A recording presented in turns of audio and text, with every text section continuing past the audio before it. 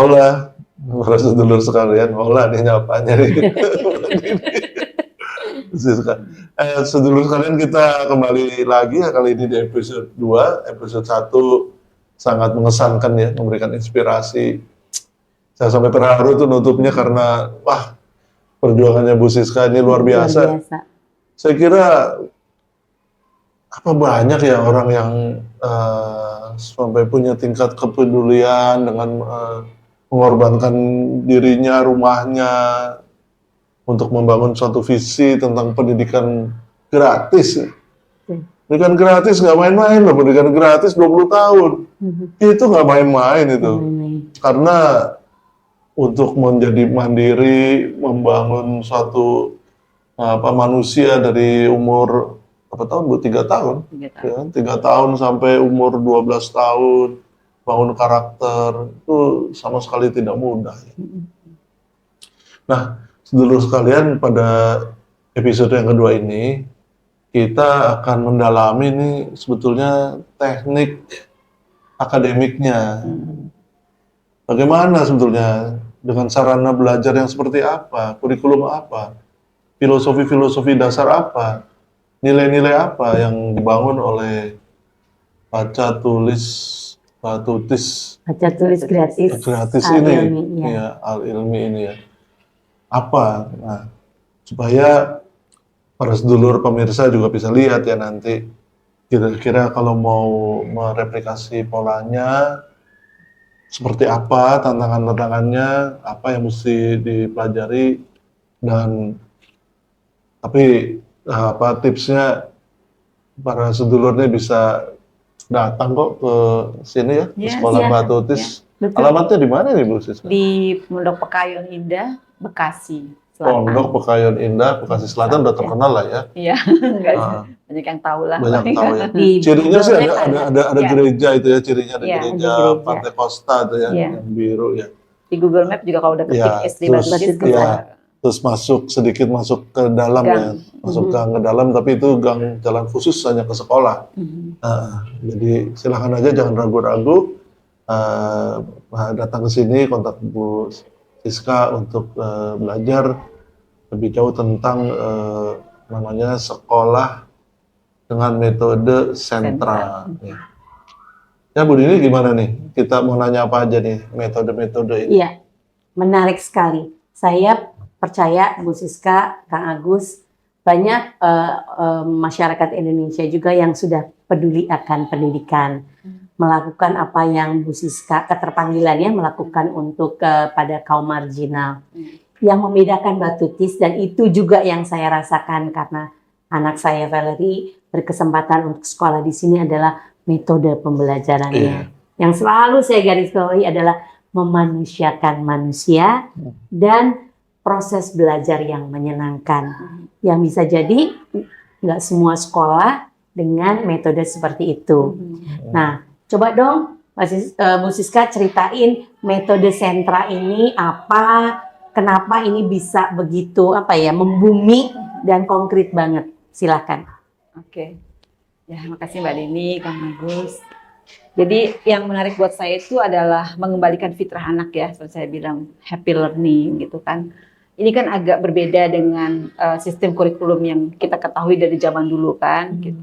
Jadi yang selalu direct, terus drilling habis kan, semua di drilling habis, bagaimana harus bisa ini gitu, tanpa tahu kenapa harus lakukan itu gitu. Kamu harus hafal misalnya bacaan surat ayat ini, hafal tapi nggak tahu untuk apakah manfaatnya buat saya gitu. Nah di metode sentra ini saya belajar tentang hal-hal itu. Jadi tidak ada drilling sama sekali gitu.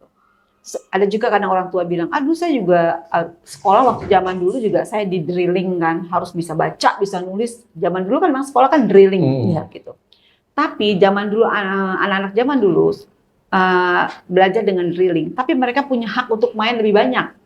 Lapangan masih banyak, bisa main dengan teman. Teman itu sosialisasi luar biasa. Nggak ada gadget, TV pun harus nonton di kelurahan. Kalau orang yang tidak mampu zaman dulu kan. Jadi untuk sosialisasi, untuk dia bermain dengan alam, untuk dia mengetahui fungsi-fungsi benda di sekitar. Kita nggak perlu belajar lagi. Jadi belajarlah baca dan nulis aja supaya kamu tidak menjadi pesuruh lagi seperti zaman-zaman kita jajah dulu. Zaman dulu bang kayak begitu. Tapi kan beriring waktu sampai ke sini, anak untuk main tuh lahannya udah nggak ada. Sosialisasi udah nggak kayak dulu lagi. Rumah udah individual ya. Ditambah teknologi yang udah sangat canggih seperti ini. Akhirnya tidak terbangun. Nah, ketika sosialisasi sudah tidak dapat, lahan bermain tidak ada, waktu bermain tidak ada, dan mereka masih di drilling, kebayang nggak? 2 kali lipat persoalan yang didapat dari anak-anak zaman dahulu, generasi zaman dulu gitu. Nah, sekarang harus kita balik pemikiran kita gitu, bahwa mereka harus dibangun sosialisasinya lagi gitu. Dan metode pendidikan tidak boleh lagi dengan drilling gitu. Mereka stres mereka cukup tinggi gitu. Tuntutan orang tua zaman sekarang tuh udah lebih tinggi pada anak-anaknya. Oleh karena itu jangan di drilling, buatlah mereka happy. Nah, metode sentral tuh menjawab ini. Satu adalah di mana semua guru harus betul-betul berbahasa Indonesia yang baik dan benar. Jadi jika ingin mengutarakan sesuatu harus jelas, nggak boleh berbelit-belit. Gitu. Tujuannya ingin mengajak anak untuk buang sampah pada tempatnya tanpa marah, tanpa melarang, tanpa menyuruh. Cukup bilang ada sampah yang bertebaran dan di sebelah sana ibu sudah siapkan tempat sampah. Cukup itu dulu. Kalau tidak ada yang bergerak baru ke yang berikutnya lagi. Kita perlu bersih di ruangan ini. Kebersihan harus kita jaga sama-sama. Nggak bergerak juga. Baru kita bisa ke direct. Bisa bantu ibu untuk memungut sampah sampai ke tempatnya. Itu udah direct. Nggak juga ambil physical intervention, disentuh anaknya, ajak, ayo kerjasama. Baru sampai di tahap sana. Itu ada di metode sentra. Di bawah metode sentra ini luar biasa. Dan keunggulan sekolah-sekolah yang menggunakan metode sentra itu apa sih? Gitu kan? Itu kan menjadi pertanyaan, apa sih bedanya sama sekolah-sekolah yang internasional saat ini sekarang, sekolah-sekolah yang disiplin tinggi, apa perbedaannya? Metode sentra itu sangat disiplin dengan aturan.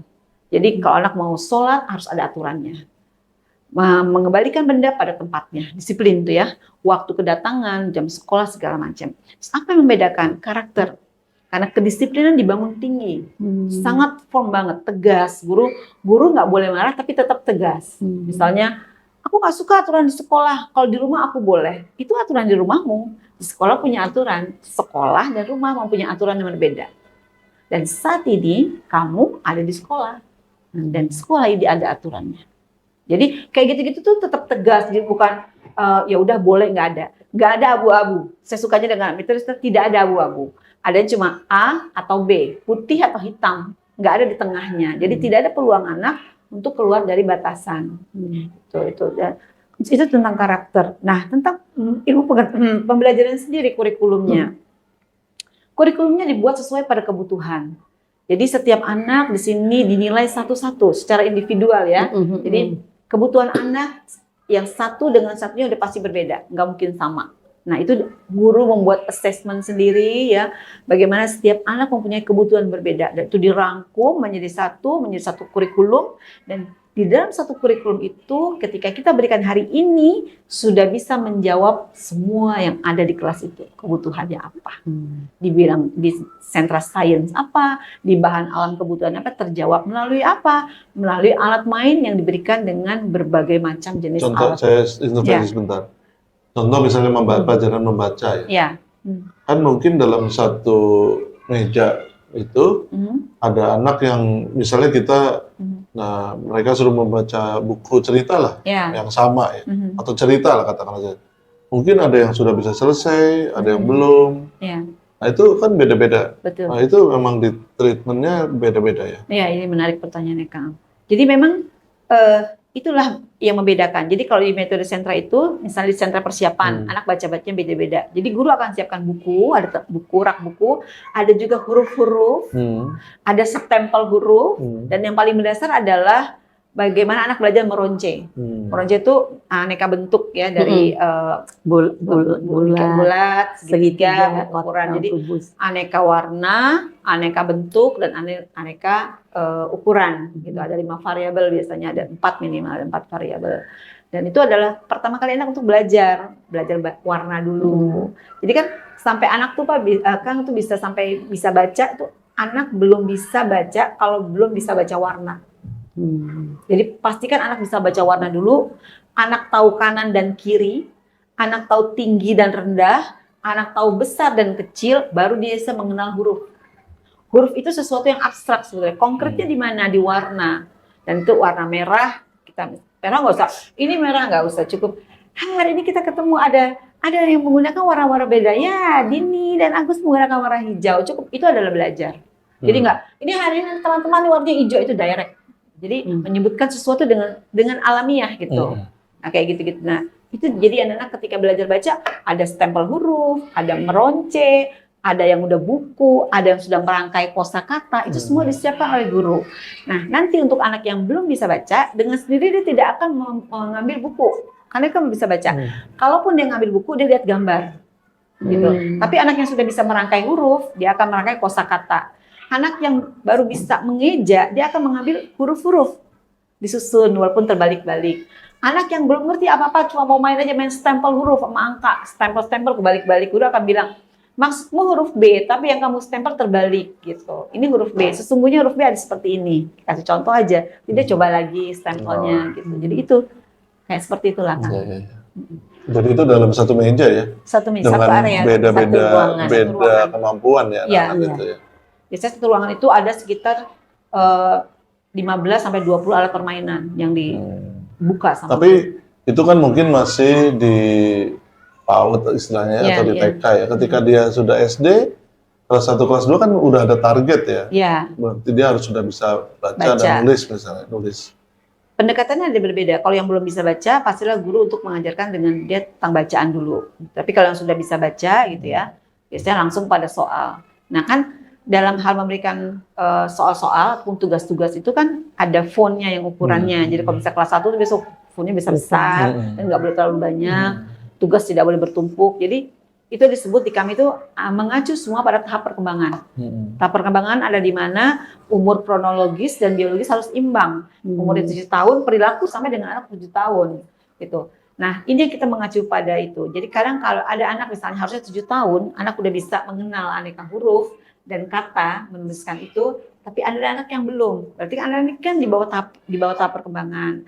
Artinya anak-anak yang seperti ini yang masih di bawah tahap perkembangan ada pijakan-pijakan tertentu untuk guru. Makanya metode sentra disebut dengan kurikulum individual.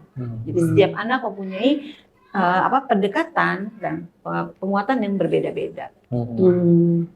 Makanya muridnya nggak bisa banyak kan? Cuma 12. 12 satu kelasnya.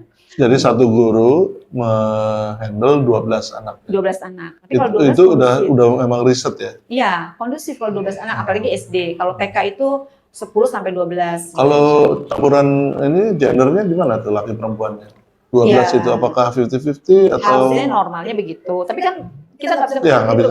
Kadang kalau kelasnya kebanyakan yang laki-laki, chaos lah tuh. Gitu. Tapi kalau kelasnya kebanyakan perempuan, dia terlalu tenang, tantangannya nggak ada. Jadi yang bagus imbang. Ya kan bisa waktu rekrutmen. Ya tapi kadang yang datang lakinya lebih banyak, gitu kan kita bingung juga tuh, nggak bisa diminta kayak gitu. Dan metode-metode sentra ini pasti ada tujuannya masing-masing ya. Dan betul. Semua kalau di TK itu berdasarkan tema ya. Betul. Tujuannya adalah untuk apa ya, Bu Siska? Kenapa harus berdasarkan tema? Kemudian ini diarahkan misalnya ke sentra ini, nanti keliling ke sentra berikutnya. Iya. Jadi sebetulnya kan di metode sentra itu ada sentra-sentra. Kalau realnya ada 7 sentranya ya. Ada dari persiapan, sentra seni, imtak, peran besar, peran kecil, terus balok sama bahan alam. Ada 7 gitu ya. Nah, setiap sentra ini punya filosofi nih. Filosofi yang berbeda dengan 7 tujuan yang berbeda semua. Nah, dari 7 sentra ini semua mengacu sesuai dengan filosofi mereka masing-masing. Kebayang nggak di tengah-tengahnya sini ada anak. Di sentra ini mengepung dia semuanya, menstimulus semua secara perlahan, semua selama berbulan-bulan gitu. Jadi ketika anak nanti mendapatkan satu tema itu lengkap gitu ya. Misalnya kalau misalnya di sentra bahan alam, Bang Alam bicara tentang sains ya, bicara tentang saat ini bicara tentang binatang, misalnya tentang binatang laut. Sekarang temanya lagi laut, tentang laut. Nah, di bahan alam akan mengacu bagaimana fenomena alam, bagaimana tentang binatang-binatang di laut yang ada laut ada tingkatannya, laut dangkal, laut tengah, laut dalam. Nanti binatangnya berbeda-beda. Itu dibahas dengan tuntas di bahan alam, dari warnanya, dari perubahan iklim di lautnya. Itu dibahas oleh guru bahan alam.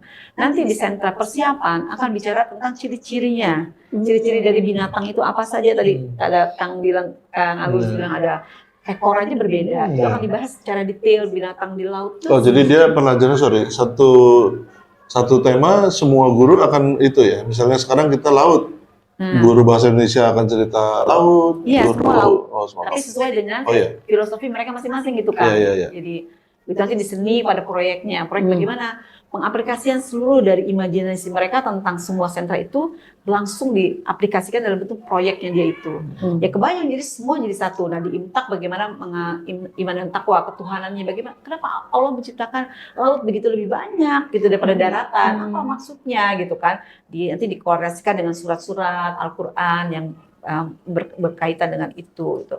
Nanti di sentra Balok pula membangun misalnya temanya tentang kandang-kandang binatang ataupun lautnya atau apapun gitu yang berkaitan dengan tema itu. Jadi satu tema itu nanti akan betul-betul di linear. Jadi satu linear menjadi satu kesatuan dan dimasukkan ke dalam memori anak secara perlahan sesuai filosofi dari sentra-sentra itu sendiri. Gitu. Itu biasanya per bulan atau per 3 bulan ya? Tema itu ada 1 tahun dibagi 2 semester. Nah satu semester itu biasanya satu subtema itu bisa 3 minggu. 3 minggu ya. Karena harus keliling ya. Ya, saya pernah ngalamin tuh dulu kebetulan saya sekolah di Belanda ya, di Leiden, anakku masih balita. Nah, mereka juga mengajarkan dengan sistem meja bundar namanya kring, juga dengan sistem tema. Jadi misalnya contohnya tuh membahas tema tentang Indian. Enggak, kalau anak TK ya mungkin cuman tahu Indian itu dia mesti gambar misalnya mereka tinggal di kemah yang kerucut gitu ya. Tapi kalau anak yang besar dia udah tahu misalnya ada berapa suku Indian di Amerika.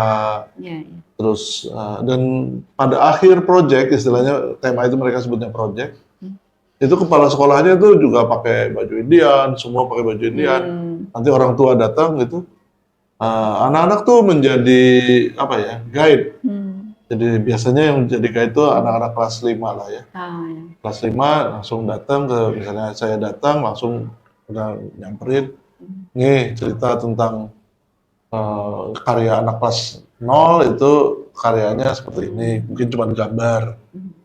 Mungkin kalau yang kelas 3 udah bikin kemah-kemahan dari kertas, bikin boneka. Terus kalau yang kelas 5 udah analytical, udah cerita tentang ini loh ternyata India itu ekonominya ini ada uangnya tuh kayak gini. Mereka atau sistem barter, makanannya ini, ya udah gitu ya. Nah, perburuan bison caranya begini, mereka giring bison masukin ke jurang gitu ya. Ya menarik sih, jadi sekolah ini sebetulnya udah mengacu pada semacam di barat ya saya lihat. Dan keseharian juga ya, jadi konkret lah intinya. Jadi istilahnya research based ya, research based, kemudian experience ya, betul. terus ilmu pengetahuan dan logika mantap lihat ya. Dan mulai dari awal konkret itu ya. Dari itu betul-betul dari dasar ya. Betul. Dan menarik waktu tidak hanya tulisan, juga gambar ya. Gambar itu juga ada levelnya ternyata. Jurnal. Jadi di sini tuh yang menarik juga dari metode itu kan ada jurnal ya. Iya, jurnal pagi. Jadi ketika mereka datang, itu mereka langsung jurnal. Semua dari mulai baby sampai SD kelas 6, semua pagi itu datang. Namanya jurnal pagi. Jadi datang ke sekolah, nggak ada baris kayak sekolah yang umum. Masuk kelas, transisi sebentar, terus mereka jurnal. Namanya jurnal pagi. Baru sesudah jurnal, mereka mengikuti kegiatan berikutnya. Jurnal pagi apa yang mereka lakukan? menuangkan, merepresentasikan apa yang ada di pikirannya sejak malam atau sejak tadi pagi, apapun boleh bebas gitu. Tapi biasanya guru akan selalu mengaitkan dengan tema, walaupun kadang nggak connect gitu, kadang lebih connect yang dibawa pulang waktu malam gitu, yang dibawa dari malam itu. Nanti setelah sentra segala macam sampai siang, saya makan siang dan lain-lain, di siang hari itu namanya jurnal lagi dikunci, namanya jurnal siang. Nah jurnal siang itu biasanya kita bisa lihat apakah tema-tema yang diberikan oleh guru itu nyangkut gitu atau nempel di kepala itu akan terulas nanti di jurnal. Jurnal siang mereka harus nulis? Kalau baby itu gambar, baby sampai TK tuh gambar, semuanya bentuknya masih gambar. Tapi kalau SD gambar, di bawahnya ada tulisan. Kalau SD kelas 1, 2, 3, kalau SD 4, 5, dan 6, tulisan sampai penuh, baru gambar di bawahnya. Tentang apa yang dilakukan Ya, atau apa yang tentang dipikirkan. Pada hari itu ya. Ya representasikan ya apa yang dia punya.